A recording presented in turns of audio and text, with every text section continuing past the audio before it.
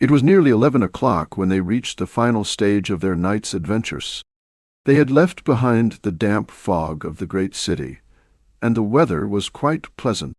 A warm wind blew from the west, and heavy clouds drifted slowly across the sky, with a half-moon occasionally peeking through the gaps. Visibility was sufficient for some distance, but Thaddeus Sholto removed one of the side lamps from the carriage to illuminate their path better. Pondicherry Lodge was situated within its own grounds, encircled by a very high stone wall, topped with broken glass. The only entrance was a narrow iron-clamped door. Their guide knocked on it with a peculiar, postman-like rat-tat.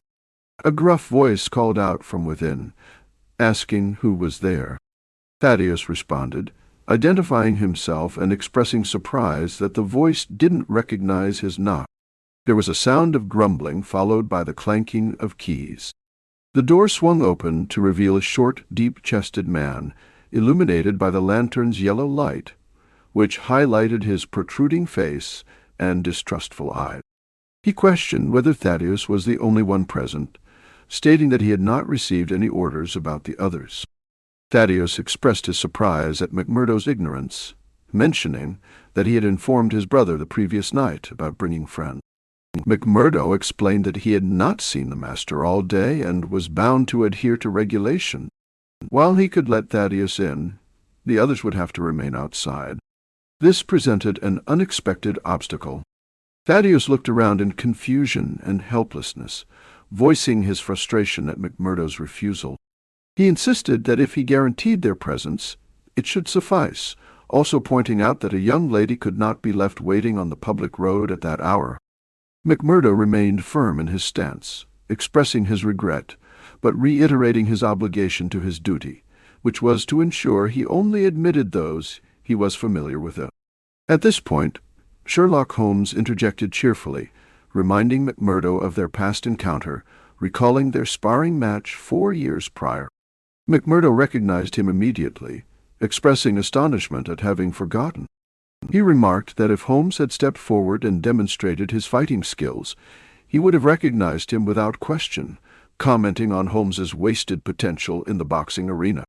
Holmes, amused, noted that if all else failed, he still had a scientific career to fall back on, confident that their friend would not keep them out in the cold any longer.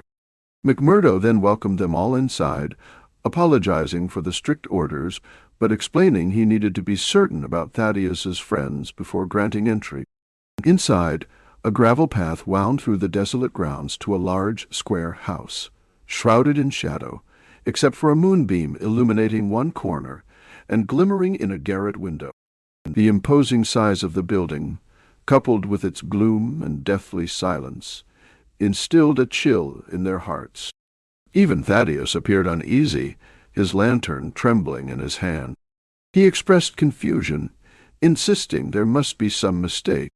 He had clearly communicated to Bartholomew his intention to arrive, yet there was no light in his window. Thaddeus was baffled. Holmes inquired if Bartholomew typically guarded the premises in such a manner. Thaddeus explained that Bartholomew adhered to his father's customs, admitting that he might have been privy to more information than Thaddeus himself. He pointed out Bartholomew's window, noting it was bright but devoid of any light from within. Holmes observed a glint of light in a little window beside the door, which Thaddeus identified as the housekeeper's room where old Mrs. Bernstone resided. He suggested waiting for a moment outside to avoid alarming her with their unexpected arrival. Just then, he heard something unsettling in the silence. He raised the lantern, his hand shaking and causing the light to flicker around them. Miss Morstan grasped Watson's wrist, and they all stood still, their hearts racing. From the dark house came the saddest, most sorrowful sound, the frightened whimpering of a woman. Thaddeus confirmed it was Mrs. Bernstone, the only woman in the house. He quickly made his way to the door, knocking in his unique manner. They witnessed a tall, elderly woman admit him, visibly delighted at his arrival. She expressed her joy repeatedly, her voice fading as the door closed behind Thaddeus. Left with the lantern, Holmes began to inspect the surroundings, while Watson and Miss Morstan stood together, hand in hand. Despite having just met that day, they instinctively sought each other's comfort in this moment of distress. It felt natural to them, and peace washed over them amidst the surrounding darkness. Miss Morstan remarked on the strangeness of the place, to which Watson responded that it resembled a scene where moles had been unleashed. He likened it to a similar sight he had seen near Ballarat, where prospectors had been at work. Holmes noted that this disarray resulted from treasure-seekers, reminding them that they had searched for 6 years, which explained the gravel-pit appearance of the grounds. Suddenly, the door burst open, and Thaddeus rushed out, hands extended forward, panic in his eyes. He exclaimed that something was wrong with Bartholomew, expressing his fear and admitting his nerves were failing him, nearly in tears. Holmes instructed him to enter the house, and Thaddeus, overwhelmed, pleaded for assistance with directions. They all followed him into the housekeeper's room, where Mrs. Bernstone was pacing anxiously, her demeanor visibly calmed by Miss Morstan's presence. She expressed her relief at seeing Thaddeus, revealing that he had locked himself in and was unresponsive. She had waited anxiously for news, as Bartholomew often preferred solitude, but upon peering through the keyhole, she feared something was amiss. She urged Thaddeus to check on his brother, describing the distress she had observed in Bartholomew's face. Holmes took the lamp and led the way, supporting Thaddeus, whose trembling legs required assistance. As they ascended the stairs, Holmes paused to examine marks on the matting, which appeared to be mere dust to Watson. Upon reaching the 3rd flight of stairs, they entered a long passage adorned with a large picture and 3 doors on the left. Holmes proceeded slowly, the others following closely, their shadows stretching down the corridor. The 3rd door was the one they sought. Holmes knocked, but received no response, attempting to turn the handle only to find it locked from the inside with a broad bolt, visible when they illuminated it with the lamp. However, the keyhole was not entirely sealed. Holmes bent down to inspect it, and suddenly stood up sharply, exclaiming that something was amiss. He looked more disturbed than Watson had ever seen him, and sought Watson's input on the situation. Watson crouched to look through the keyhole, recoiling in horror at the sight. Moonlight illuminated the room, revealing a face suspended in the air, Bartholomew's face, identical to Thaddeus's, with the same high forehead and red hair, but twisted into a ghastly fixed smile that was more disturbing than any scowl. Watson, horrified, noted the resemblance to Thaddeus and recalled that they were twins. He expressed his dread to Holmes, questioning the next steps. Holmes determined that they needed to force the door open. He launched himself against it, only for it to creak and groan but not yield. Together they threw their weight against it once more, and this time it snapped open, allowing them access to Bartholomew Sholto's chamber. The room appeared to be a chemical laboratory, with a line of glass-stoppered bottles lining the wall opposite the door.